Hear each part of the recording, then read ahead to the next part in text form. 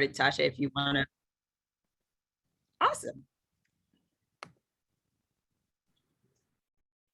Well, welcome everyone. My name is Brooke Thomas. I am currently the Director of People and Talent Strategies for Frank L. Bloom Construction Company. And I want to welcome you all to the second Black-owned Table Talk. This is a program series hosted by Hustle Winston-Salem and the Wake Forest University Center for Private Business that focuses on empowering Black-owned businesses and leaders with educational opportunities and resources that support your success.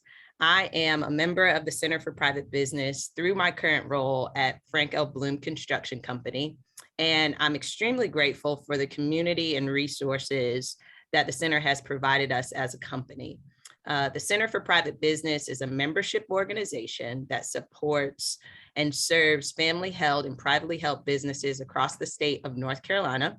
And last year, at a roundtable that the center hosted for Black business owners, the idea for Black-owned Table Talk was born. It was during the time of uncertainty and social uprising when we all gathered together to talk about how we could best support Black businesses. And I remember vividly Mona King, who has been a member of the center for the last 2 years. I remember that she said, I don't just want a seat at the table. I want to own the table. Today's program and this experience that we are about to join in together is a direct product of that roundtable and Mona's words. We hope today that this is a space where you all can call your own, a space where Black business owners and entrepreneurs and the people who support Black businesses can connect, grow, and learn. This is your table, and we are grateful that you're here. And as I invite our partner in purpose, Magali Yasin, to the screen, I encourage you all to introduce yourself and your businesses in the chat. Tell us where you're from, who you are, and what businesses you represent.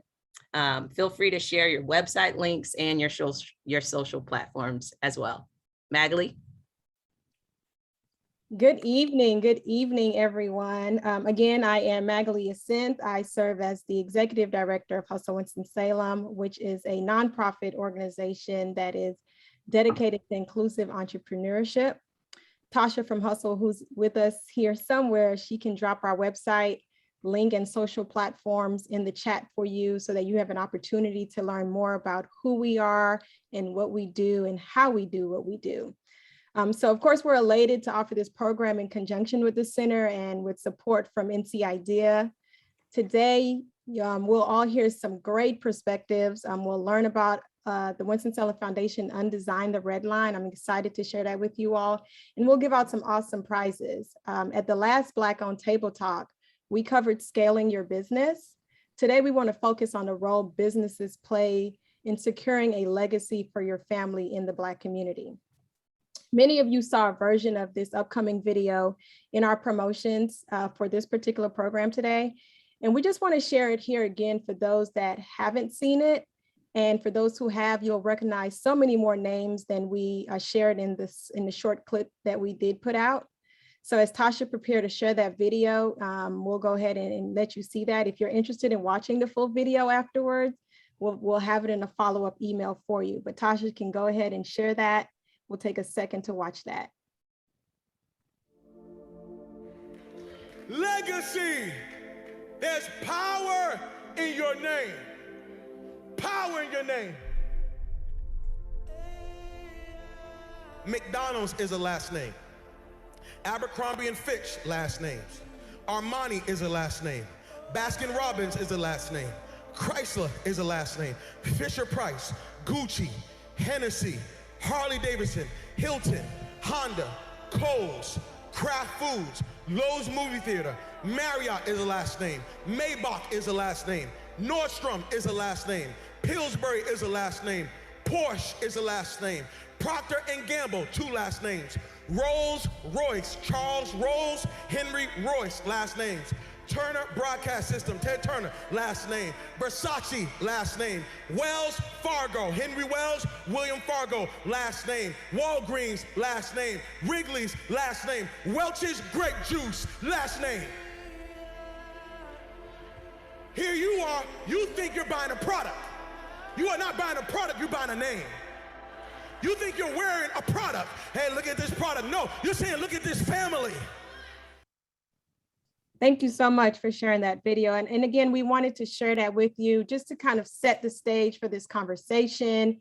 And again, if you're interested in seeing that full video, we will have a follow-up email from Hustle and from the Center for Private Business with the link to that full video. And I'm going to kick it back over to Brooke to introduce our moderator for today, and we get started with the conversation.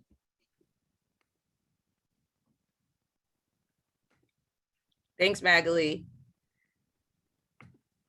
So y'all, I am super honored to introduce our MC for the night. Tamara Smith is a graduate of Wake Forest University. I have to say that because I am also a graduate of Wake Forest, go Deeks, and is currently the Vice President of Community Engagement for Novant Health. Tamara is a wife, a mother, a business owner, a purpose builder. She is dynamic in so many ways. And if I tried to list all the ways she shows up for her people and her community, we would be here all day. So I'm not going to do that. Without further ado, I'm super excited to welcome Tamara to the screen as she facilitates an amazing conversation, a timely conversation about legacy, Black family, and business. Tamara? Thank you so much, Brooke. And I am so excited to be able to moderate the conversations that we're going to have this evening. And to kick it off after that video, let me just tell you. So one, I'm excited because I am huge on empowerment, and especially the empowerment of the Black community.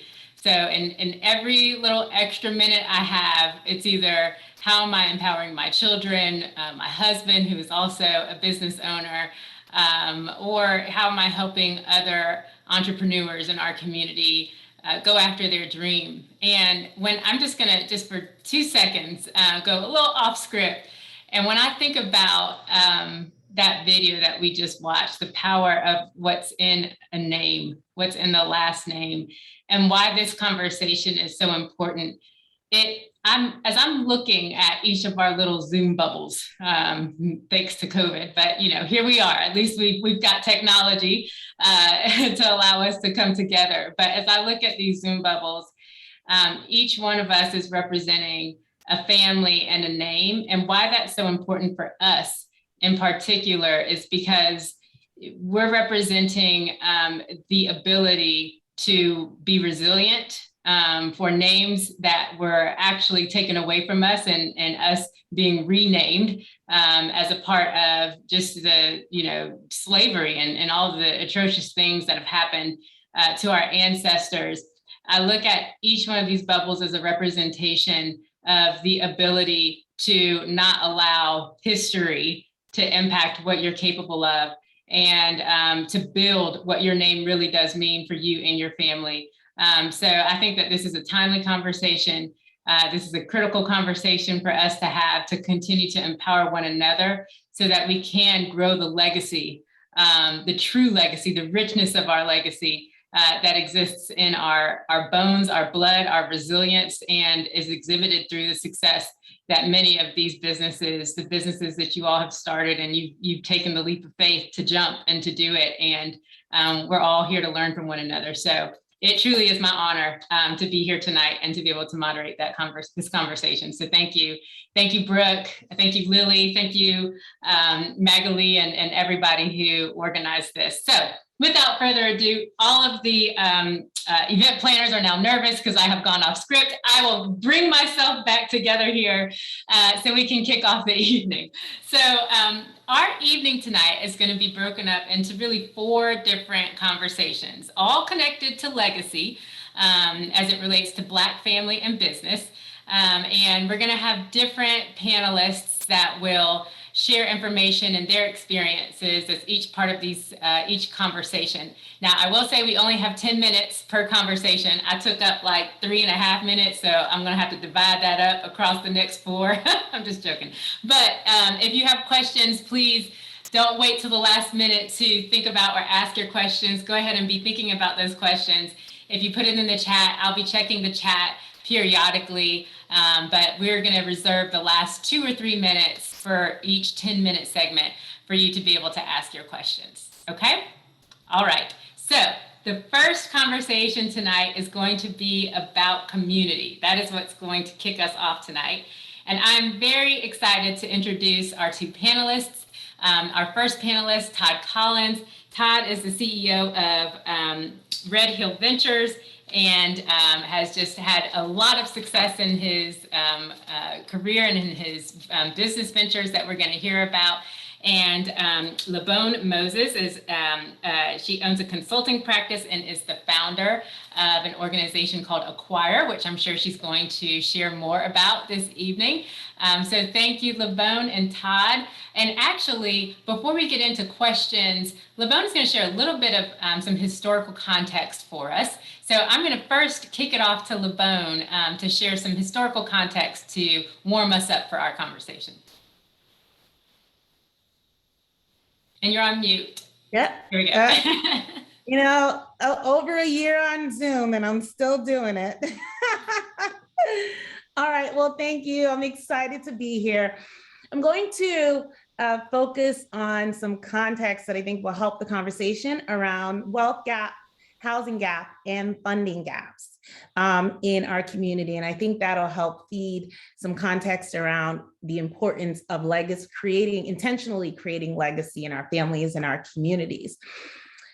It's no secret that these gaps exist, but just so that we all get onto the same page about what we're talking about here, the Survey of Consumer Finances has noted that the median white household net worth is 10 times the net worth of Black households. We're talking $171,000 per white house for the median white household and $17,000 for the median Black household in the United States. The poorest 20% of American households have a net worth of less than $4,700, and many of those households have negative wealth because of their debt. 26% of that poorest 20% are identifying as Black households, whereas the wealthiest, the richest 20% of American households have a net worth of over $500,000. And only 3% of those households identify as Black. This wealth gap is not new. It actually represents the accumulated effects of over 4 centuries of institutional and systemic racism that has led to disparities in income, in health, in education, and in opportunity for Black people in the United States. In 2018, the Federal Reserve did an analysis, Federal Reserve of Minneapolis did an analysis and noted that there actually has been no progress made in reducing the income and wealth inequalities between Black and white households in the past 70 years. Over time, African Americans have continuously faced systemic racism related to employment, housing, educational discrimination, and that hasn't changed, which is why we see that in the past 70 years, that gap has not closed. I don't have to tell you all where it starts, but just so that we all have the same information, if we go all the way back to the Civil War and the Reconstruction, where southern US states were left in turmoil, during the late 1800s, a lot of southern regions were rebuilding, and that's where you saw the emergence of Black Wall Streets and Black-owned financial institutions like North Carolina Mutual, like Mechanics and Farmers Bank, which then reinvested in the Black community, allowing some wealth to be accumulated. But it wasn't an answer to the problem, because over time, between slavery, the many failures of the Reconstruction phase, Jim Crow laws, which existed until the late 1960s, basically ensuring that Black Americans in the South could not accumulate or pass their wealth, to the Great Migration, the GI Bill, which many of you may be familiar with, was intended to help World War II veterans take advantage of home buying, which is where the greatest, home buying is probably the largest asset for most Americans. And the Black veterans were shut out of that process by being denied loans when they went for their benefits. To other forms of redlining that occurred in the United States, institutions systemically denying loans and insurance to Black individuals and denying them in minority areas, holding down property values to ensure that if the value doesn't go up, there's no wealth being built in that community.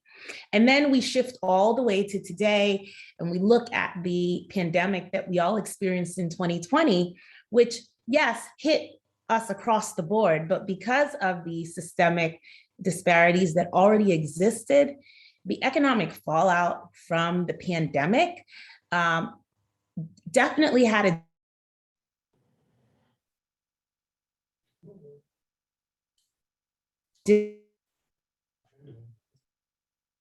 Well, it looks like LeBone's audio may be a little bit unstable. Did my audio go? Can you hear us? Hold on. Hold on. Let me fix something. My audio. Okay. While you're switching your audio, I think we can actually piggyback right off of where you are right now with current state. So you've taken us through the history of what has happened. You know, we've all felt that in our families. I'm sure we've heard the stories from our grandparents and parents. Take us into current state where we are, and that'll lead us straight into questions. Yes, and that's where I am. So in 2020, can you all hear me now? Yes. Right. So in 2020, as I was mentioning, as of the end of 2020, the homeownership rates for Black families stood at 44%, while for white families, they are at 75%, according to the Census Bureau. That gap of almost 30 percentage points, that difference is actually wider than it was when discrimination against race-based discrimination for home buying was legal, which is prior to the Civil Rights Act of 1968. That 30-point gap is wider than it was now than it was then. So we can tell that the disparities have increased. The other, and that's where we are right now. But the other key piece to understand as we get into this discussion is the funding gap for Black businesses. There is less business financing that often comes at higher rates. According to the Federal Reserve, 54% of white business owners receive full amounts that they seek from financial institutions. Only 26% of Black business owners receive the same. Black business owners are also often discouraged from applying for financing, whereas white business owners typically are not. And this is Federal Reserve data. The National Community Reinvestment Coalition actually did a survey related to the PPP, and they found that when they looked at 32 branches across Washington, D.C., business owners who came in seeking Paycheck Protection Program loans were treated very differently based on their race. And Black business owners reported in significant numbers being discouraged from applying for the loans as opposed to white business owners. Also, startups run by Black business owners tend to start with less and rarely recover according to the data. The average startup capital for Black entrepreneurs is around $35,000, as opposed to over $100,000 for white entrepreneurs. And so there are a number of factors that play into that. But here's where the legacy piece really comes into play and where it ties into some of the other pieces that I spoke about earlier. When a Black business is founded, typically the owners contribute somewhere around 19 to 20,000 of personal equity compared to about 30,000 for white owners. At founding, the majority of Black businesses are less than $1,000 that they're working with. The average white-owned business is at about $18,000 that they're putting into the business in outside equity. We talked about the discouragement of loans. Black business owners, only about 1% of them start their business with a business loan, which likely has to do with the fact that many of them are discouraged in the loan process, whereas about 7% of white-owned firms begin with a loan. And in the first year, Black-owned businesses, 15% of them use credit cards. 30% of white-owned businesses use credit cards within their first year. Here's where Black-owned businesses outperform white-owned businesses. When it comes to relying on family loans, 14% of Black business owners use family loans in their founding year, as opposed to 9% of white business owners. I think this data is really important because the reality is that what it says is that our trust levels in the Black community are not reliant upon the institution. Mm-hmm. Our trust is in our community. And so the more focus we put on building in our community, on putting our money into legacy in our community, legacy institutions, creating financial institutions that can reinvest in the community. If that is where the trust is sitting, then the more structures like that we create, the more funding can flow throughout our community. The more good. Black and I'm sorry, that's good, LaVone. I want to pick up before you go on. I want to pick up on something you just said. And I'm going to pivot real quick to Todd. Community.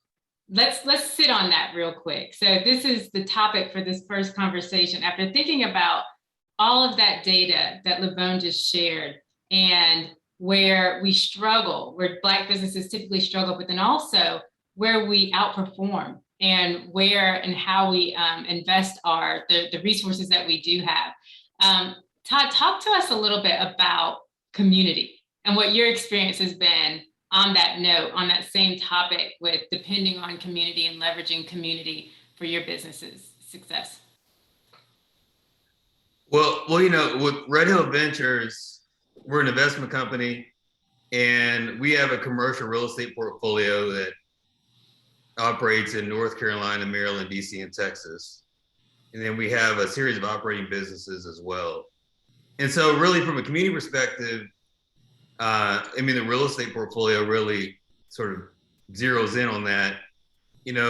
We've always made investments in minority communities. Most of our apartment communities, some of our shopping centers, many of our office buildings are in these communities, partly because, frankly, they were always overlooked.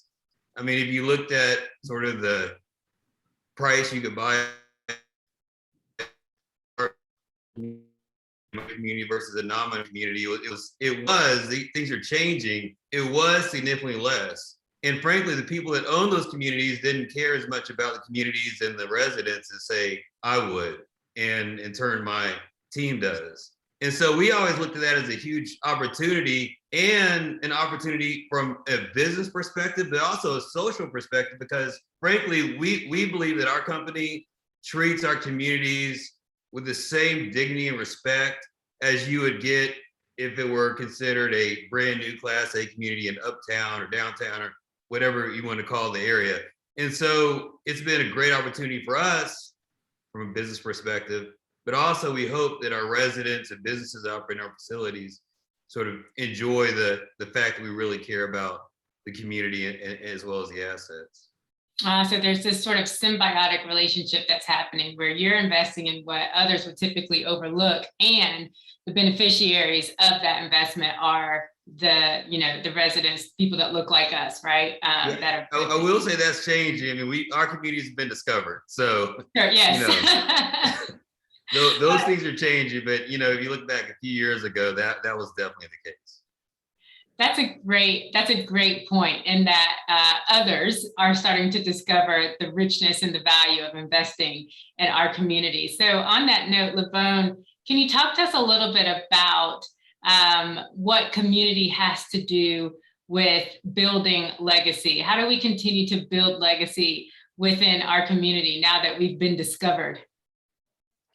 Yeah, I don't think it's one and the same. And so I think you can look at community, you can look at legacy within the community, you can look at legacy in of itself as family legacy. But I think that we have to be intentional about creating legacy in the community. And the way we do that is to consider concepts like cooperative economics. Where can we create and support programs, institutions that reinvest in the community? How do we support the lifestyle businesses in our community? Because a lot of those lifestyle businesses hire members of the community, which then creates greater household income. And how do we support the financial institutions that can and put our investment dollars there, as opposed to in the more popular, for example, national institutions. So it takes some intention in doing that. It requires, us to make a shift where you own a business. Would you be willing to move your business account from a popular commercial bank to a local Black-owned institution, right? Are you willing to take that risk? There's some opportunity costs in that, but the reality is the long-term benefit allows for legacy to be created in our communities. So I think that the creation of legacy in the community is a decision that the individuals, in the families, the businesses that exist in the community have to make. There has to be a decision that we are going to invest in each other. Yes, that's a great segue. We're about to close out this part of our conversation. So if anybody has a question, please do put it in the chat. And I just want to highlight a quote that you actually said, Lavone, earlier. Michael Banner put it in the chat. Our trust level is not in institutions. The trust level is in community. So while I'm sort of mining the chat, real quick, one last question for Todd. Talk to us a little bit about mentorship in closing the wealth gap. Mentorship has always been an important part of my life, my community that my parents have been a part of, have mentored and poured into me. Can you talk to us a little bit about what your experiences have been with mentorship and what you do regarding mentorship in closing the wealth gap? Yeah, I'll be glad to, but just one last thing on the whole institutions part. Look, we as a community, we do need to hold institutions accountable. Because if you look at where money is spent, like look at the state of North Carolina, there's something called a disparity study that showed where state funds are being spent, and less than 1% of state funds were spent in minority businesses. I mean, we all pay taxes. We're 35% of the population. We pay taxes, and really our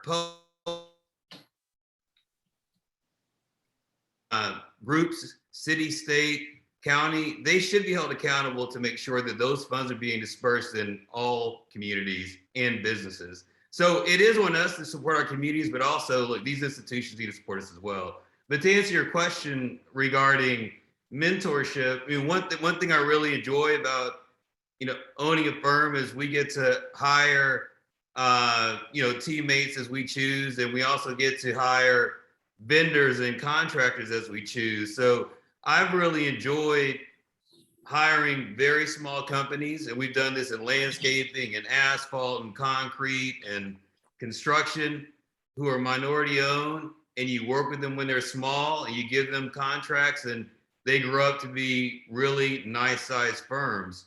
And clearly we enjoy hiring people too, but we frankly I get the most joy out of seeing how our dollars can help these minority businesses grow. I love that. That's a great way to close us out of this community segment.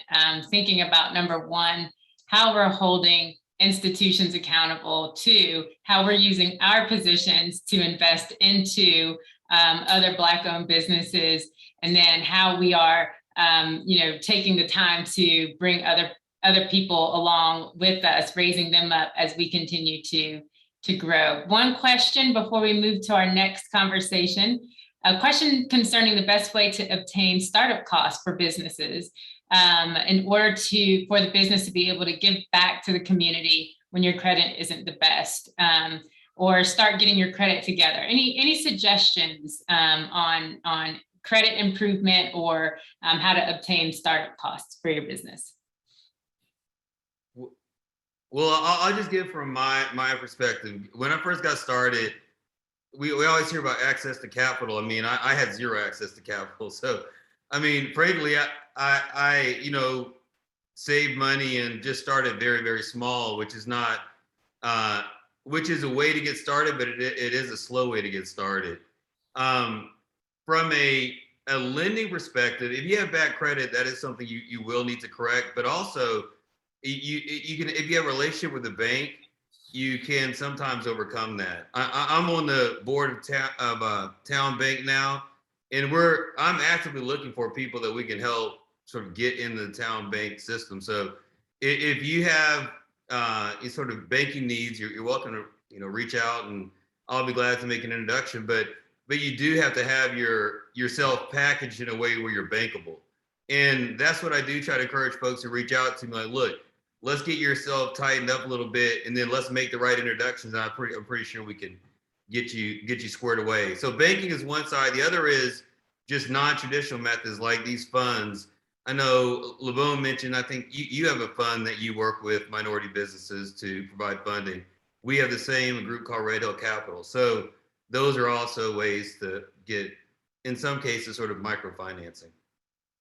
Thank you, Todd. Great advice. I hope I'm not speaking out of turn, but that there's opportunity for individuals that are participating tonight to tap into our panelists and take advantage of some of these resources that are being offered. So thank you, LeBone. Thank you, Todd. Thank you so much for your insight and your wisdom. We're going to take the conversation a little bit more deeper now. We were talking about community, talking about the history, historical reference of, how our people got to where we are today. And the family, the Black family has been just the glue for many of us and for many businesses. And so we're going to have a conversation right now about positional and generational wealth with Mike Grace Sr. and Mike Grace Jr. This is a very unique opportunity where we have a father and son who will be our panelists for this evening. Mike Grace Sr. is the senior partner of Grace Tisdale in Clifton, and Mike Grace Jr. practices corporate law at Kilpatrick, Townsend, and Stockton. And so we really want to hear from them. We all know that your children are really able to start from the position that the parents, we are all standing on the shoulders of those that came before us. And your parents are there to really try to help position you and position their children in a way so that they can really launch from their shoulders. So we really want to get into this next segment, understanding what that balance between building your business and your career while also raising your children. So Mike Grace Sr. and Mike Grace Jr., thank you so much for joining us this evening. Thank you. It's a pleasure to be here. Thank you, Tamara. When I look at family legacy, I have to start with my father, and my relationship with my son is a microcosm of the relationship I had with my father. My dad was a masonry contractor At a very early age, my brothers and I, the six of us, all worked in his business. We laid brick, we poured concrete. And what we learned most importantly was how to work and the importance of hard work. And although I did not go into my dad's business until later on in life, the lessons I learned were just incomparable. And the most important thing he passed on to me, I think, was a good name. And it puts me in mind of the theme song from Cheers. Don't you want to go where everybody knows your name? I came back home because I have, my dad established a great name here. I have 8 brothers and sisters, all of whom have a good name. And so when I started my practice, people knew the name. We all attended public schools here. We all had extended friendships and extended relationships here. So it was a lot easier for me. I encouraged Michael to come back home where I thought I had established a good name, a name that he could build on, and a name where if he went to the local bank or if he went to the clerk of court in his practice of law or went to the sheriff's office and said, I'm Mike Grace Jr., that good name would hold him in good stead. So Mike Grace Sr., you have a wonderful foundation, it sounds like, that you were able to start from. Well, it's not the same field entirely, it's the same ethic, it sounds like. And that's something that you strive to pass on to your son. The ethics are more important than the field you go in. My son does not work with me. He does not have to work with me to enjoy the legacy that I built and to build on it. It's about building on the name and the other things that I've attempted to pass on to him. That's wonderful. Thank you for that. Oh man, there's this theme that we're hearing tonight about the power of your name, what's in a name. So let me pivot to Mike Grace Jr.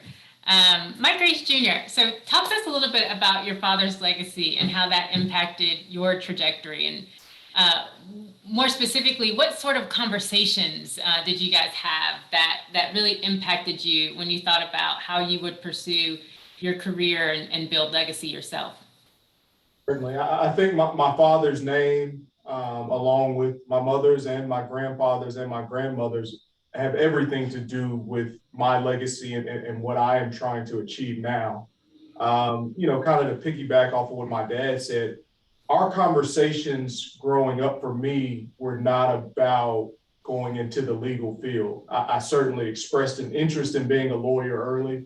I think like most everybody on this Zoom call, you tend to gravitate towards what you see every day in the environments that you're in. So I grew up in a courtroom. I grew up around lawyers, calling them aunts and uncles. So for me, that was easy. But a lot of our conversations, like my dad said, were about being a good person and treating people the right way and working hard, regardless of what field that you go in. Like he said, my grandfather and my grandmother, neither one of them graduated from college. Neither one of them worked in corporate America or high-paying corporate jobs. But I feel like every time I walk out of the house, every time I open my mouth, I am trying to build on that legacy that they established of, like I said, treating people the right way and doing things the right way. That is what legacy means to me. Not necessarily, breeding a family of lawyers, which we have done in a way. But whatever I chose as my career path, I wanted to carry those lessons that they imparted on my dad and that he later imparted on me. Yeah, I'm hearing a lot about the importance of character and how important that, character was being instilled in you as you grew up. And that's really the key here. There's I had a mentor once that used to always say, some things are caught and some things are taught, right? But in order to catch certain things, you have to be in the environment. You have to be around the person. And, it's those parts about your character that you catch, right? You can't always teach those things.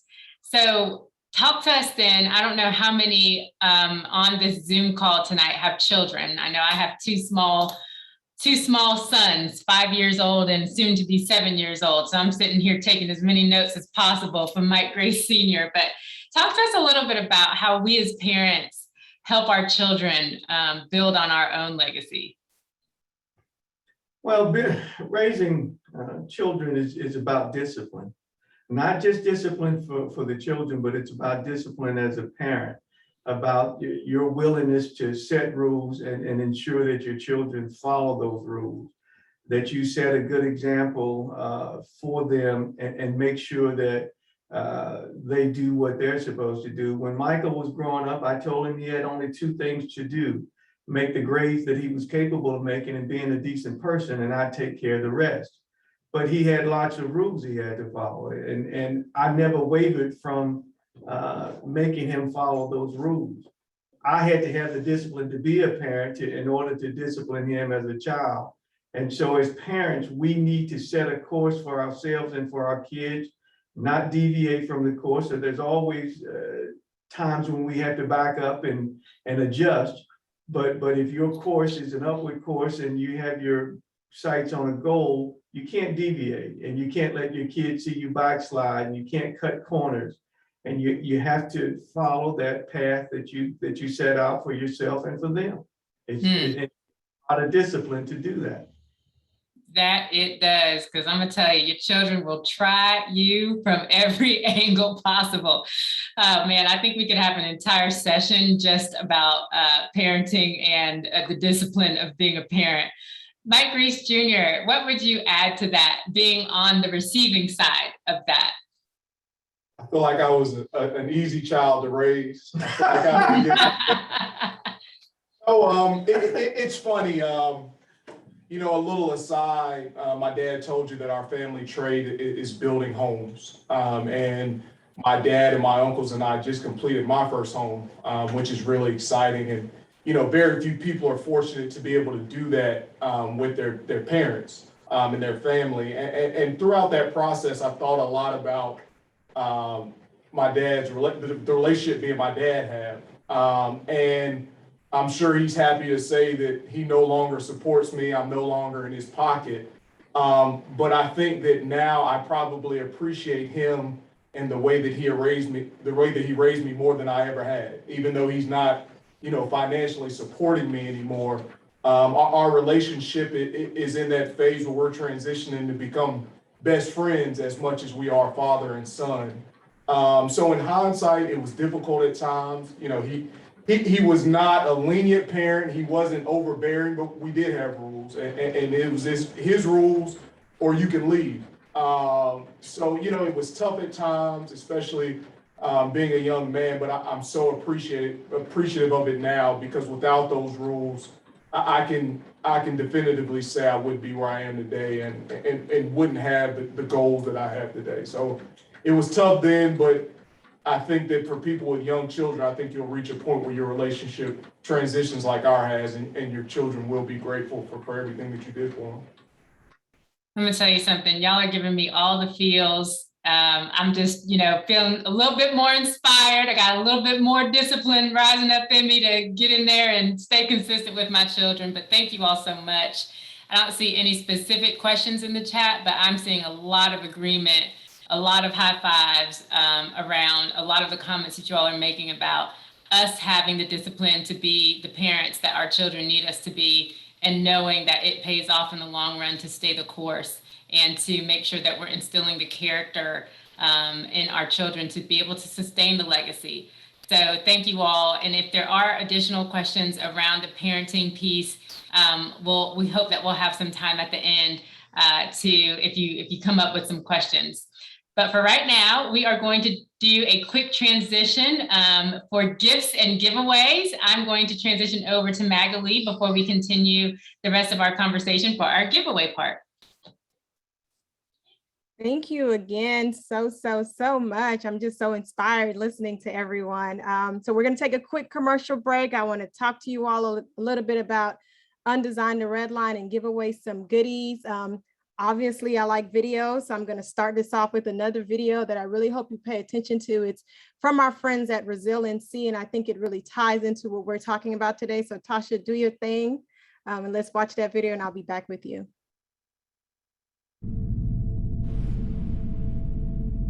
Black people's sordid past with and as property.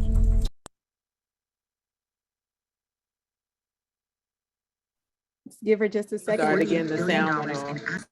Just 1 second, we'll get right. We'll jump right back into that video. The restraints on Black economic mobility have grown more subtle, but no less effective.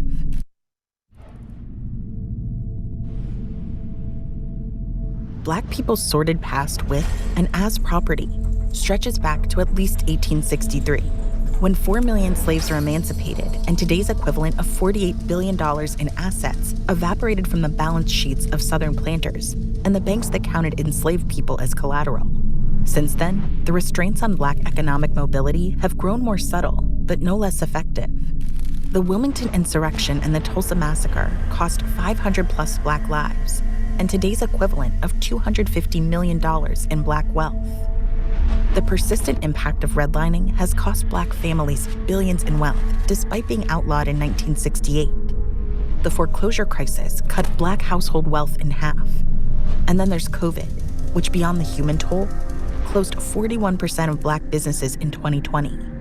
Events like these, compounded by the structural headwinds of Jim Crow, mass incarceration, and the Black-white appraisal gap, explain why white household wealth is 10 times Black wealth, and why median Black wealth is forecast to fall to 0 by 2053, unless there's a fundamental shift in the way Black wealth is created and sustained. However, as the saying goes, pressure makes diamonds.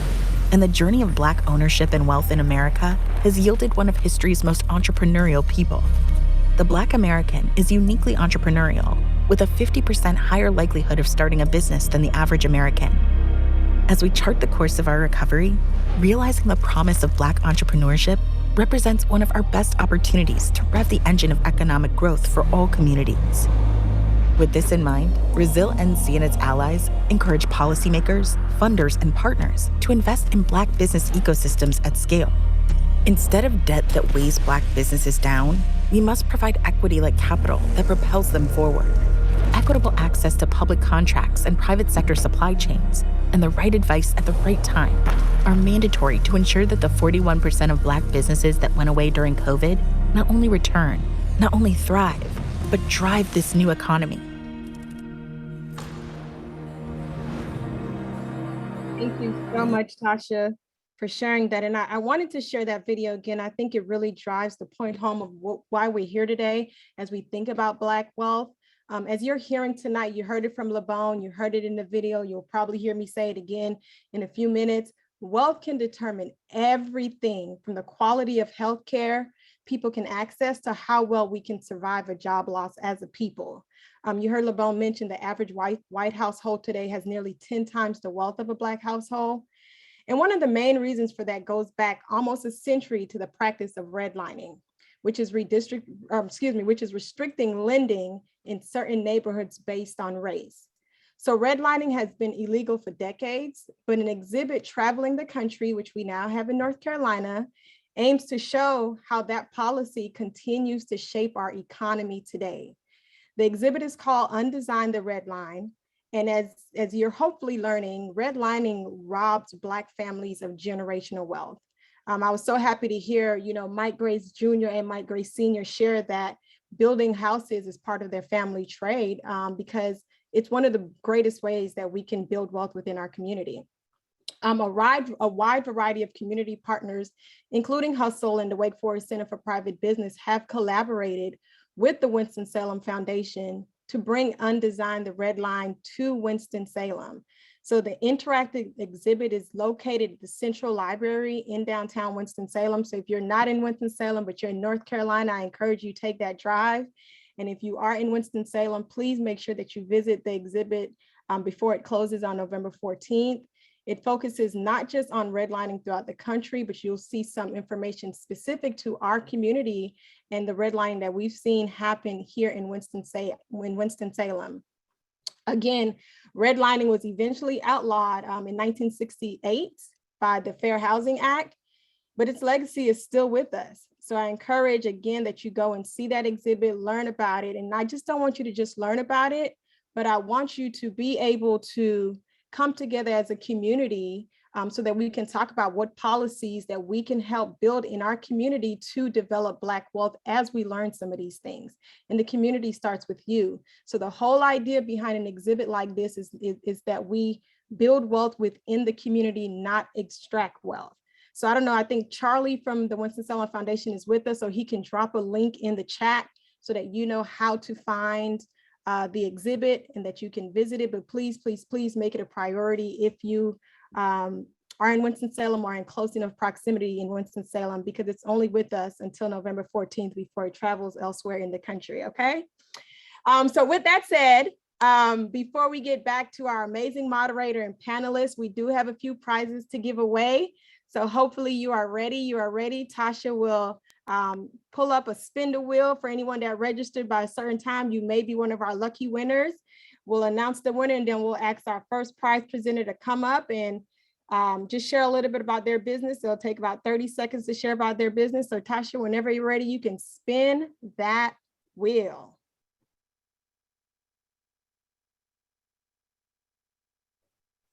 I always say I wish we had music during this part. So I'm not sure if Jane G is in the room. Oh, Jan, excuse me, Jan G, you are in the room.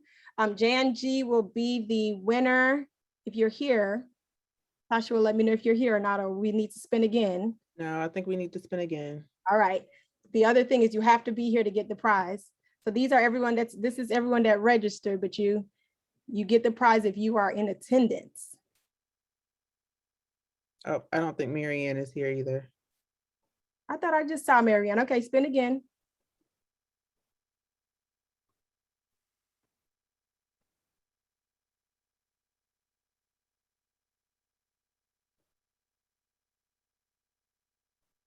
Hi, Charlie.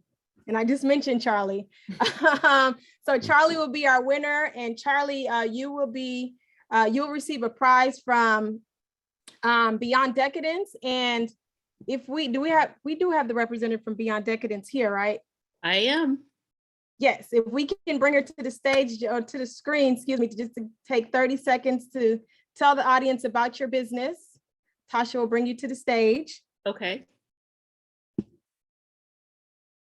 Tell me your name. Chef Maria. Okay, Kemp. thank you. Uh-huh.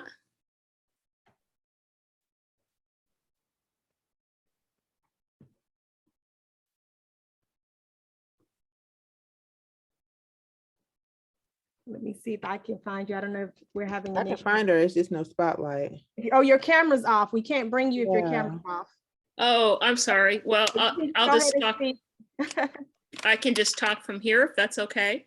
Mm-hmm. Hi, everyone. Thank you so much. This is Chef Maria Kemp from Beyond Decadence. Sorry, I'm not camera worthy tonight, so my camera is off, but Beyond Decadence is an online artisan bakery specializing in handcrafted gourmet desserts. We also provide private, virtual, and on-site baking experiences, which have been very popular for team building for corporate clients via Zoom since the pandemic. It's a great way to rejoin your team and make a delicious dessert in the process. So the gift certificate that the person won will be eligible to be used on the website starting on October 1st. Fantastic. Thank you, Chef Maria. You're welcome. Thank you. Yeah. All right, so we'll spin the wheel. Excited. You're yes, Charlie. We'll make sure we get that to you. Congratulations. We'll spin one more time. We have one more prize before we get right back into the panelists, and then we'll have one more prize at the end. So this prize, if you're here, goes to Brandon Roberts, but only if you're here. Tasha will let me know. I'm guessing no. There's a Brandon here, but he doesn't have a last name, so. We're gonna assume it's you and give it to that Brandon. So congratulations. And this prize is from Jewelry Unique. And is it Kelvin or Melvin here today? To talk. Sorry, it's Kelvin. Excuse me, Magali, I think we do need to spin again because that Brandon is now gone. So yes, we do need to spin again. Okay, that's perfectly fine. And Kelvin, get ready to hop on as soon as she chooses another winner. Okay.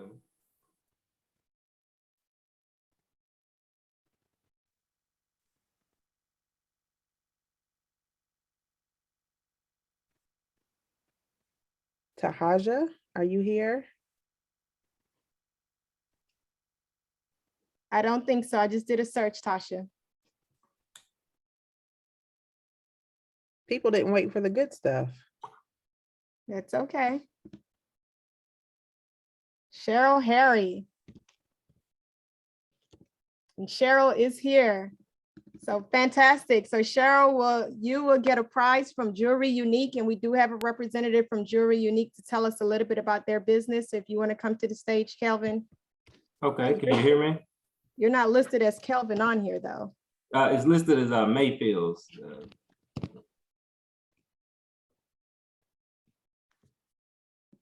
Okay, can you hear me? Okay. So I'm Kelvin Mayfield, and my wife and I, Talina Mayfield, she had a conflict, so she put me in the fire. But we've been in business 10 years now, and we carry fashion jewelry, handbags. We also carry Christian or inspirational apparel like T-shirts, hats, mugs, and we also carry a variety of gifts and accessories. Like spa baskets or gift baskets, and also personalized boxes for anniversaries, weddings, things of that nature.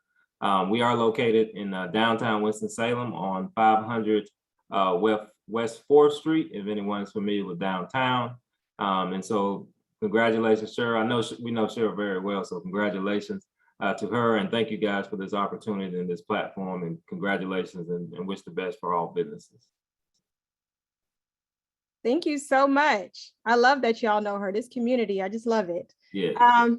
So again, thank you all so much. And remember, Undesign the Red Line, you'll get some follow-up information from us, but the Center for Private Business, along with Hustle, may also provide a follow-up event to this regarding Undesign the Red Line. It'll be a cocktail hour after you take a tour of the exhibit at the center. So pay attention to your emails for more information around that. And Tamara, I'm going to send it back to you and get off camera.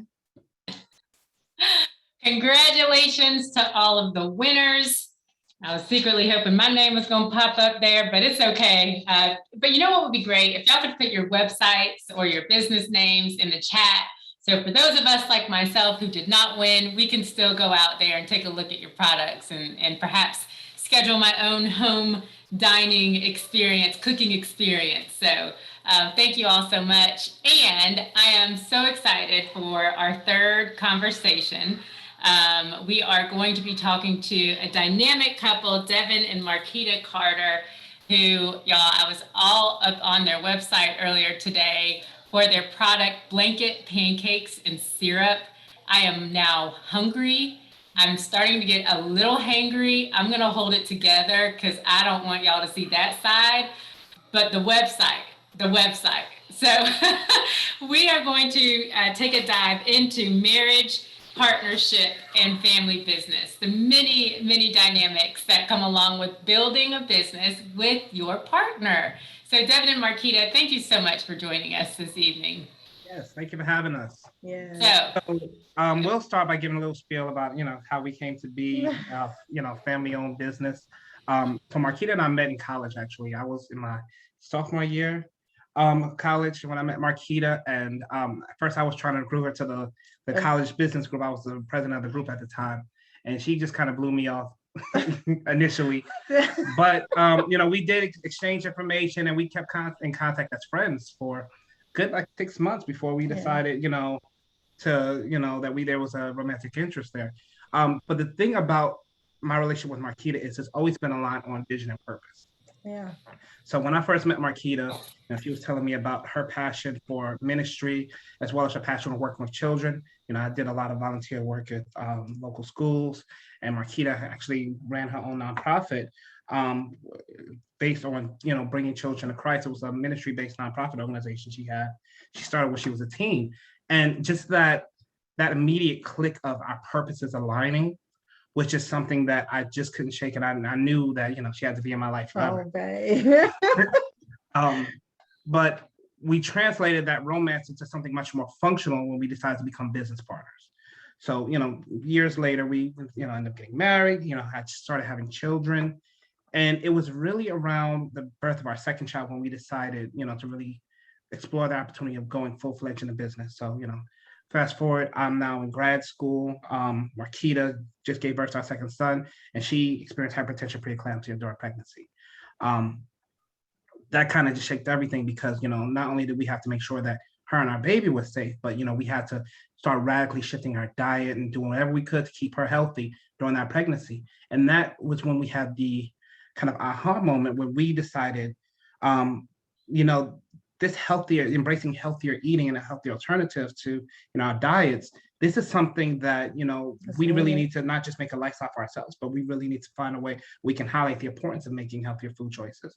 That was around 2017 when we started the business, and back then there wasn't a lot of great healthy food options. Well, I can just chime in. The time that I was pregnant, it definitely was not great healthy food options, and we had to create that.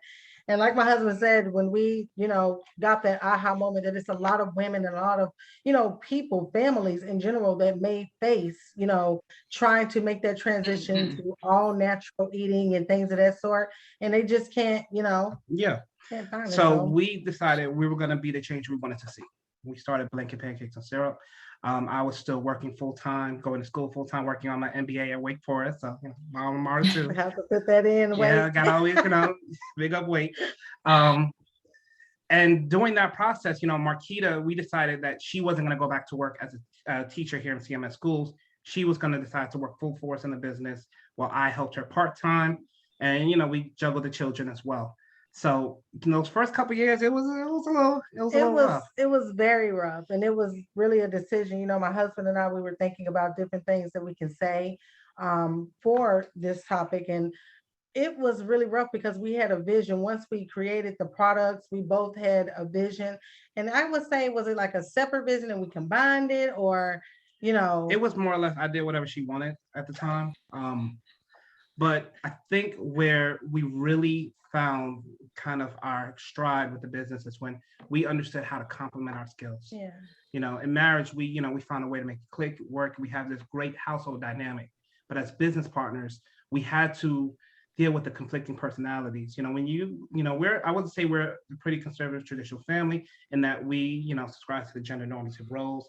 I'm the husband, Marquita being the wife.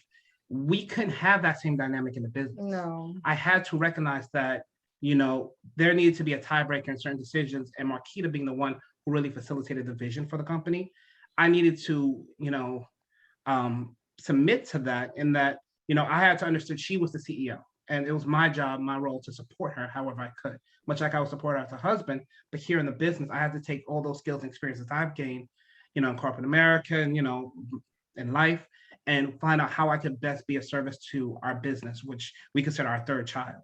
Yeah. Can I just pause y'all there for a second, because there are so many nuggets that y'all are dropping on us right now. So number one, you all have been aligned on purpose and passion from the beginning, and that is just a beautiful. Who you are connected with. That's a whole segment in itself, right? Who do you connect yourself with for the journey? Because you never know where that journey will take you in the long run. And for you all, it took you down this path of starting your own business. You found there was a problem you had, healthier foods that are quicker and that you can, that taste good. And so you started down this path of creating this business and creating these products. But the dynamics that you have in your marriage, so this is what I really wanted to highlight, the dynamics that you have in your marriage, whatever strengths that you have in the relationship are different, if I'm hearing you correctly, from the skill set that you bring to the table in your business.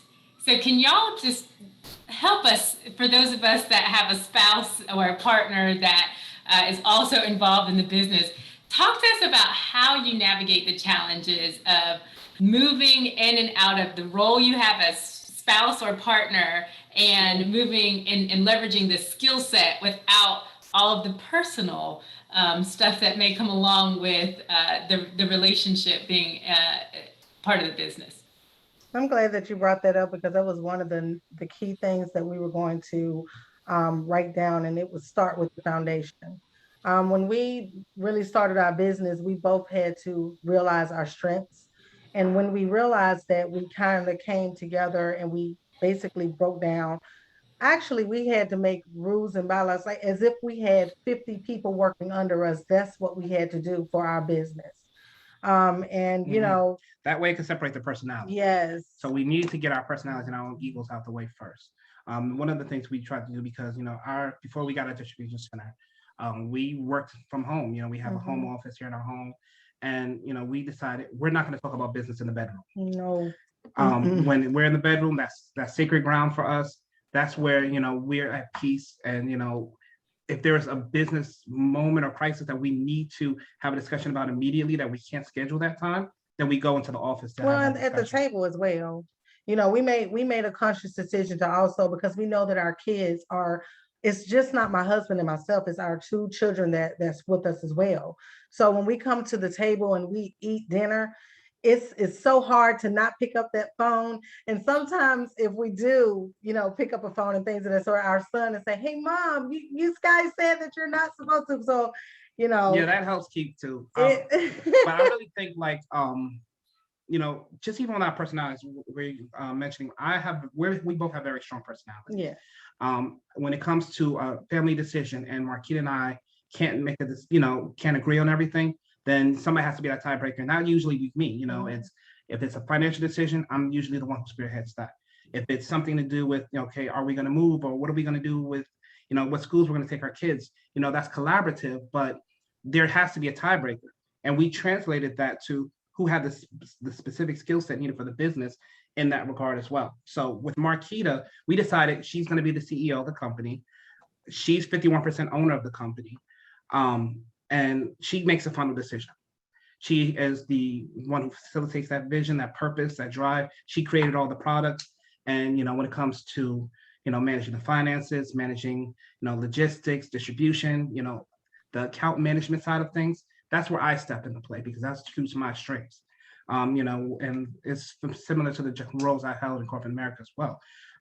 Giving her that space to be creative was most important for her, because I can't limit that. That's where our money comes from, her creativity. But at the same time, she allows me to kind of bring her back down to earth and come with the more practical, business side of things. It goes based off the bottom line. So when we, as my husband was saying, when it comes to his part, I have to trust him fully to bring the numbers and things of that sort to the table, and we make that decision, especially if it's a hard decision that's with our business. We make that decision based off that bottom line. Yep. And we bring it to so there's so many nuggets. I'm writing notes, no talking about business in the bedroom, understanding skill sets, knowing what you bring to the table. And really, valuing that, because without the financial operations side of the house, you can't really, propel the vision and the creative side forward. But without the creative side, like you said, Devin, you can't make any money, right? So it really is a balance between the two. So as we close out on this conversation, which is so good, first of all, if there are any questions from our participants, please do drop them in the chat. But I want to pivot to a theme that we've been talking about all night tonight around legacy. So you all are scaling your business. It's getting in stores. I think earlier you said 2,000 stores, that the product is in 2,000 stores now? Yeah, so we're moving to 2,000 stores going into first quarter of 2021, 2022, excuse me. We're actually launching our products and food line, about 500 stores next month. We also doing very well with private labeling as well with our business. So, we have nationwide private labeling contracts now. And, it's just amazing to see our business grow with this because, we've also self-funded our business. It was a, decision that, we had to make a sacrifice. So, not only busting down from one income to, two incomes to one when we decided Marquita was going to go full time, but how does it that we make this work where we can still maintain our quality of life? Yes. And as a family, we had to make the decision to make those sacrifices to get where we needed to be. So, it's truly a blessing to see a lot of this start to come to fruition, because we've had to have a lot of, tough conversations about, what it is and that we're looking to achieve out of our business. And from that, we formed our pillars. You know, we decided what our core mission was going to be. And if we cannot make a decision, we go back to our pillars and we go back to our foundation and say, okay, why are we here to begin with? What brought us to this point to create home food, to, create blanket pancakes and syrup? And if it doesn't align with that core vision, we don't do it. That's great. And that's why structure on the front end is so critically important, so that you can always refer back to that structure down the line. And it really does guide you. So on that note, we're going to close out with one question to close this conversation out before we move into our final conversation. So you all mentioned that Marquita is 51% owner of the business. So do you ever hit any brick walls when it comes to being a minority versus a woman-owned business, since states usually require you to choose one of the two for how you classify your business? Well, we're both. We are both, but I think we one of the two. It depends. we usually focus on being a minority-owned business before being a woman-owned business. I think that there are benefits to both, but just to know where we've gotten the most, I guess, positive feedback receptions has been, more on focusing on being a certified minority-owned business and making connections and understanding, from a supply diversity side, that's where we've had the most success in applying, under the certain classifications. When it comes to the women-owned side, though, I think Marquita does a great job with that, because it does allow her to create certain opportunities with buyers, and it starts a different conversation. Yes. And it just, even when it depends on the contract too. Yeah, it depends on the contract. Because they give you, depending on the contract, I don't know what industry you're in, but with our industry, a lot of times, depending on the contract that we go for, it will give you kind of that background of what they're looking for. So when you have both, dual backgrounds, you can basically, it's great to say it, but they would basically, sometimes, like one of our, I would say partners told us. Yeah, it really all depends on the audience. Yeah. So if we're going for a certain, we do a lot of different trade shows and so forth. So depending on the audience, we know who the buyers are. We call upon that. I remember one time, Marquita, we were talking to one of the larger restaurant chains, and the buyer we were talking to, she just had a baby. So Marquita just went in, honed on in that conversation, and they started talking about raising kids and giving her tips. And that's not a conversation I knew I could be a part of. Not, I was supposed to be the main presenter on that, but I said, you know what, you got this. Once again, leveraging each other's strengths and skill sets. Absolutely. Devin and Marquita, thank you so much for sharing your journey. Congratulations on the success that you all are having. And thank you for all of the nuggets around how you make this work as a married couple and continuing to build that legacy for your children. I saw that Lily dropped their website into the chat, blanketps.com. Y'all scroll down to the bottom, see those pictures of the chicken and waffles and the mini pancake stacks. I'm picking up everything y'all laying down, and I'm about to pick up a bag and a couple of bags of some of these pancakes myself. So we're going to be making a major announcement this Friday as well on one of our new business partners that we're working with. So that's going to be on WBTV, WB at 3. At 3 p.m. Yeah. So we're doing live demonstrations, and we're going to be making a huge announcement about a new retail store we're going to be entering. So wonderful. Congratulations. We are definitely going to be on the lookout for the details to that announcement. Thank you all so much for joining us this evening. And last, but certainly not least, we are going to move into our final conversation. I hope you all have enjoyed this as much as I have. This has been such rich dialogue. We are going to close the evening with Doug Spate, who I think Brooke said it best earlier, is a multi-entrepreneur. And we're going to spend some time really talking about inheritance and generational wealth, which is something that has been a struggle for our community. So Doug is the CEO of Triad Growth Partners. He has an enterprise software company in Durham, a family-owned business, auto services business, just jack of all trades, it seems like. Doug, we are so interested to hear more about your journey and understand what has influenced you along the way. So thank you so much for joining us this evening. Absolutely. Thank you for having me. I certainly appreciate the invitation. And wow, think about all of the gems that have been dropped in this conversation tonight, from everyone, from Todd, from LeBone, from Michael and his father. There's so many rich conversations and rich nuggets to take home.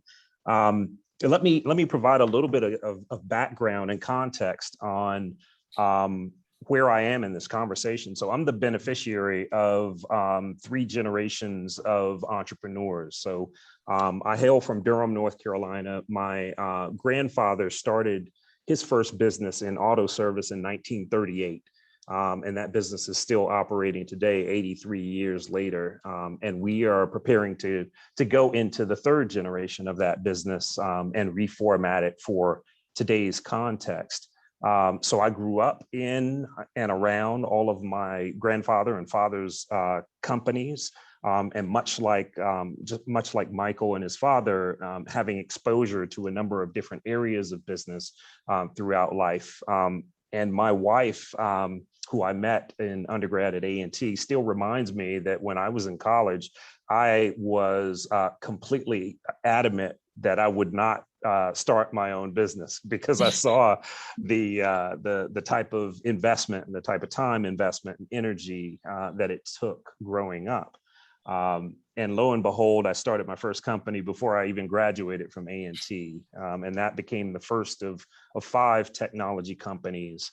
And then I went on to work with NASA and Department of Energy to take some of their unique innovations and patents and discoveries and spin those out as technology companies. And that work brought me back home to North Carolina as a entrepreneur in residence for Google to work specifically around Black and Brown entrepreneurship and how to reinvigorate the Black Wall Street for the tech environment.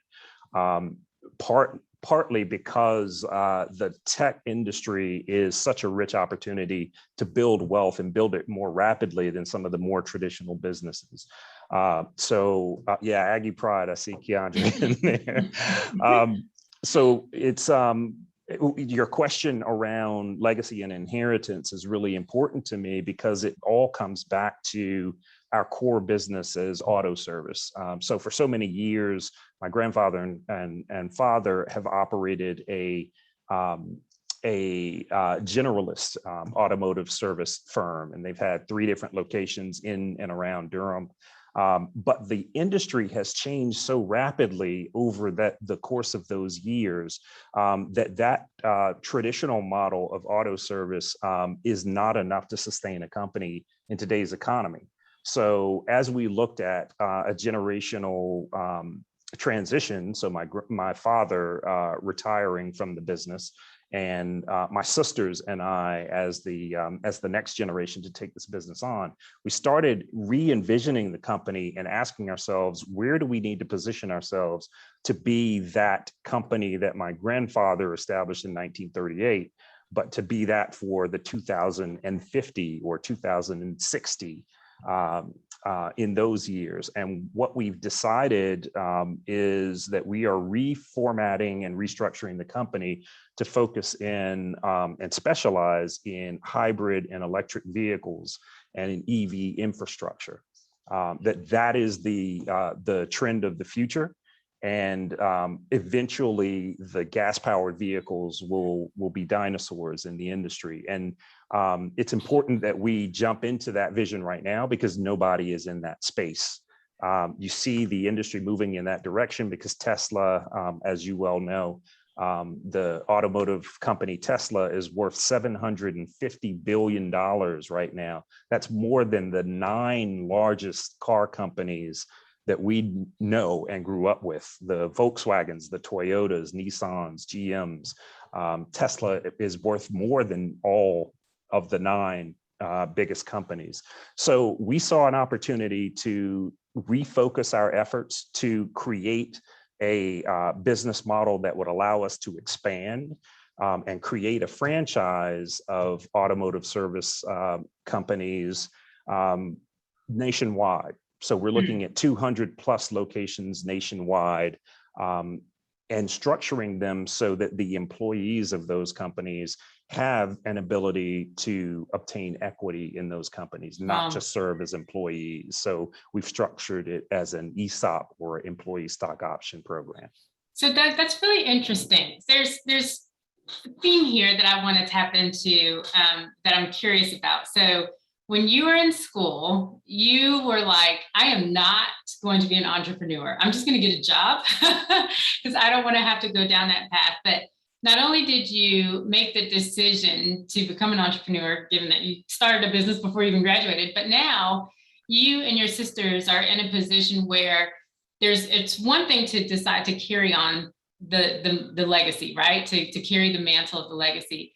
It's another thing to then realize that you have the responsibility for sustaining the legacy and bringing in innovation. So can you talk to us about what influenced you, one, to go into entrepreneurship in the family business, and then how to, what has influenced you all in your decision-making around sustaining the vision? Great questions. So let me first start with my journey in launching my first company, because I think that's probably the most instructive.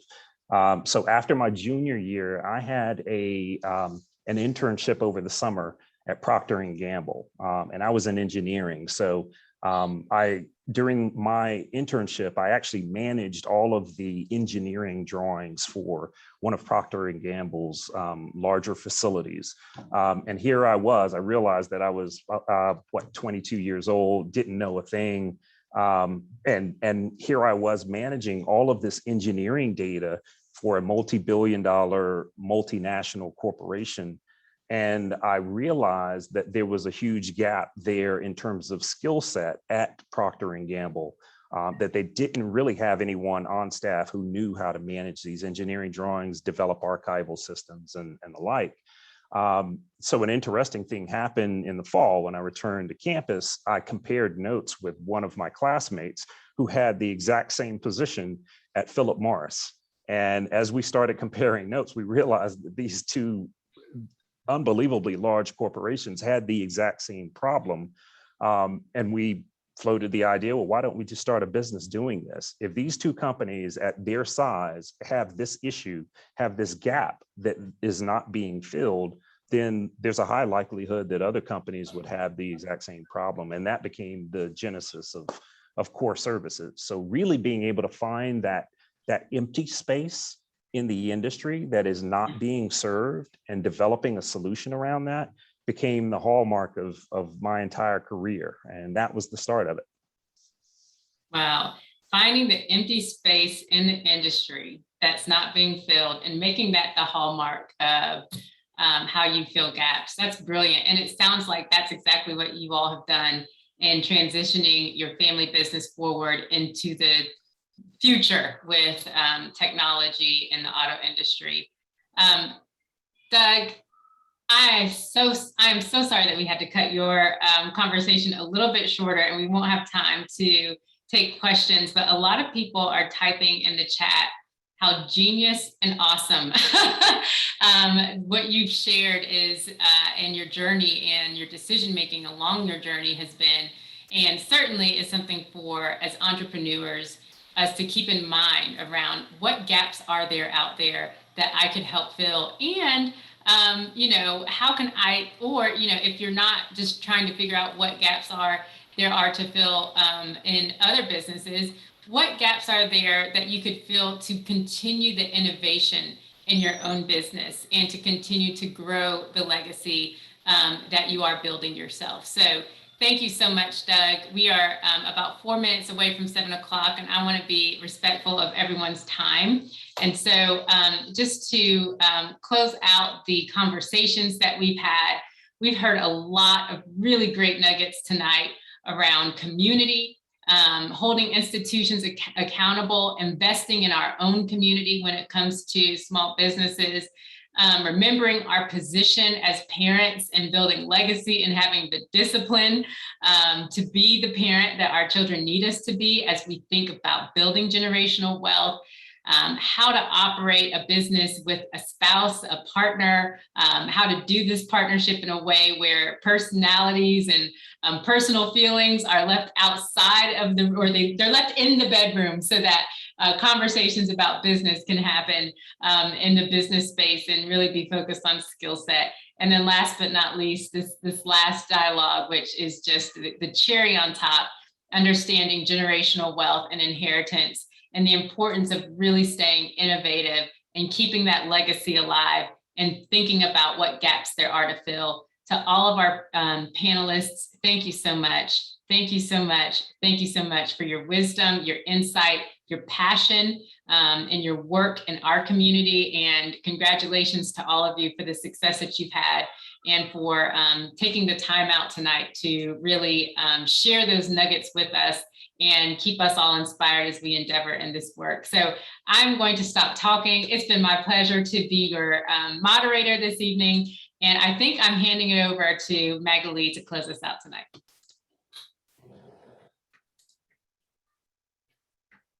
Thank you. I was just in the chat talking smack because I was getting all this Aggie pride, and I wanted to make sure everybody understood you have a rattler in the room, and you know how we do. So I don't know about all this. I love it, but also let's calm that down a little bit, okay? I just want to echo what Tamara just mentioned. Just thank you everyone for being a part of this conversation. We really hope that you were able to get something valuable from it.